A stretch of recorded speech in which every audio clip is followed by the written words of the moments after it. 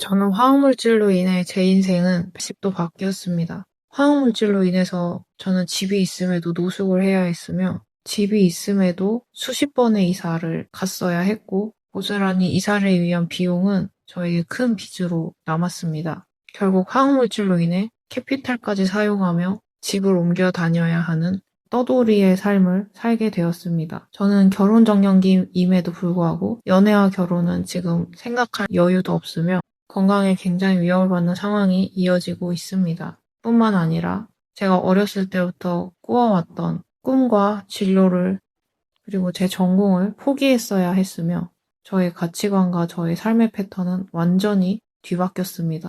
저도 제가 이런 삶을 살 거라곤 1%도 예상해 본 적이 없습니다. 이게 과연 저만의 이야기일까요?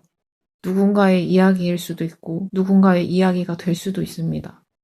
저도 제가 이런 삶을 살 거라고는 추워도 생각을 하지 못했으니까요. 그래서 저는 진솔하게 화학물질로 인해 바뀐 삶과 화학물질 과민증으로 살아가는 이 생존자의 삶을 진솔하게 공유해보고자 합니다.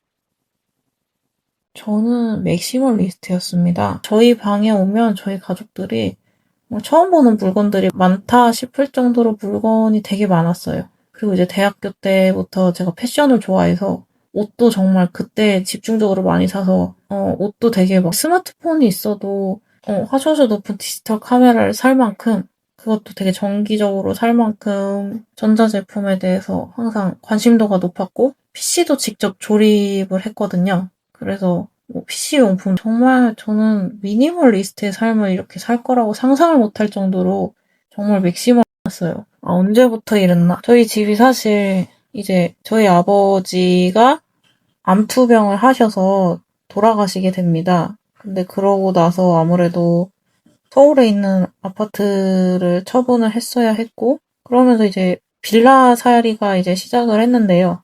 근데 빌라의 집 구조가 굉장히 안 좋았고 그 당시에 저희 집에서 이제 아무래도 아버지가 암투병 전에는 풍족하게 살았지만 이제 그 돈을 어쨌든 경제력이 당시에 있었던 가족이 없었어요. 그래가지고 막상 서울에 있는 아파트를 팔아도 뭐 지금처럼 비쌀 때도 아니었으니까 돈이 많지가 않았죠. 그래서 빌라로 살게 됐는데 그 빌라가 구조가 정말 안 좋았고 하여튼 총체적 난국의 빌라였어요. 근데 저는 그것도 감사한 게 그 시기에 그 돈으로는 반지하밖에 없었거든요.